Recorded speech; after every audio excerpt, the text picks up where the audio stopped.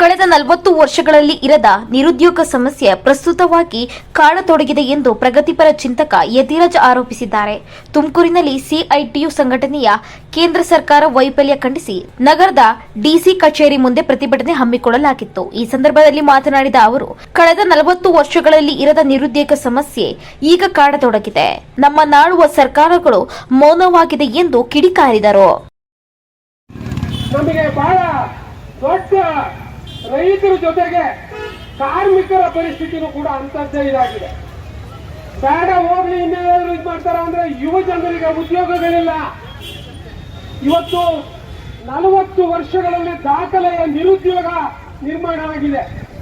ಮೋದಿಯವರೇ ಉದ್ಯೋಗ ಕೊಡಿ ಅಂತ ಹೇಳಿ ಯುವ ಜನರು ಬೀದಿಗಿಡಿದು ಪಾರ್ಲಿಮೆಂಟ್ ನಲ್ಲಿ ಕೆಳಗಡೆ ಧುಮುಕಿ ಸೆಲ್ ದಾಳಿ ನಡೆಸಿದ್ರೆ ಅವ್ರ ಮೇಲೆ UAPA ಕೇಸ್ ಹಾಕ್ತಾವ್ರೆ.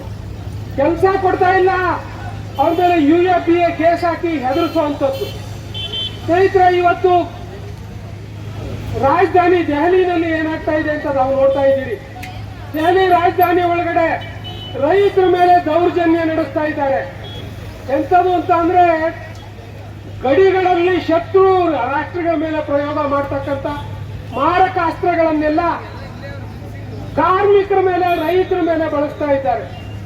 ಇದು ಇಂತಹ ಒಂದು ನಾಗರಿಕ ಸರ್ಕಾರ ನಾಚಿಕೆ ಪಡಬೇಕಾಗಿರುವಂತದ್ದು. ಯಾವುದೇ ನಾಗರಿಕ ಸರ್ಕಾರ ಇಲ್ಲಿವರೆಗೂ ಕೂಡ ಇಂತಹ ನೀಚ ಕೆಲಸನ ಮಾಡಿರಲಿಲ್ಲ. ಅಂತಹ ಒಂದು ನೀಚ ಕೆಲಸಕ್ಕೆ ಮಾಡಿದೆ.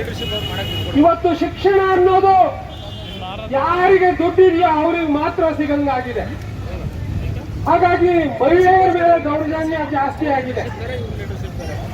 ಆಶಾ ಕಾರ್ಯಕರ್ತೆಯರಿಗೆ, ಅಂಗನವಾಡಿ ನೌಕರರಿಗೆ ಯಾವುದೇ ರೀತಿಯಾದಂತಹ ಸೇವಾ ಭದ್ರತೆ ಇಲ್ಲದಂತಹ ಒಂದು ಪರಿಸ್ಥಿತಿ ಆಗಿದೆ.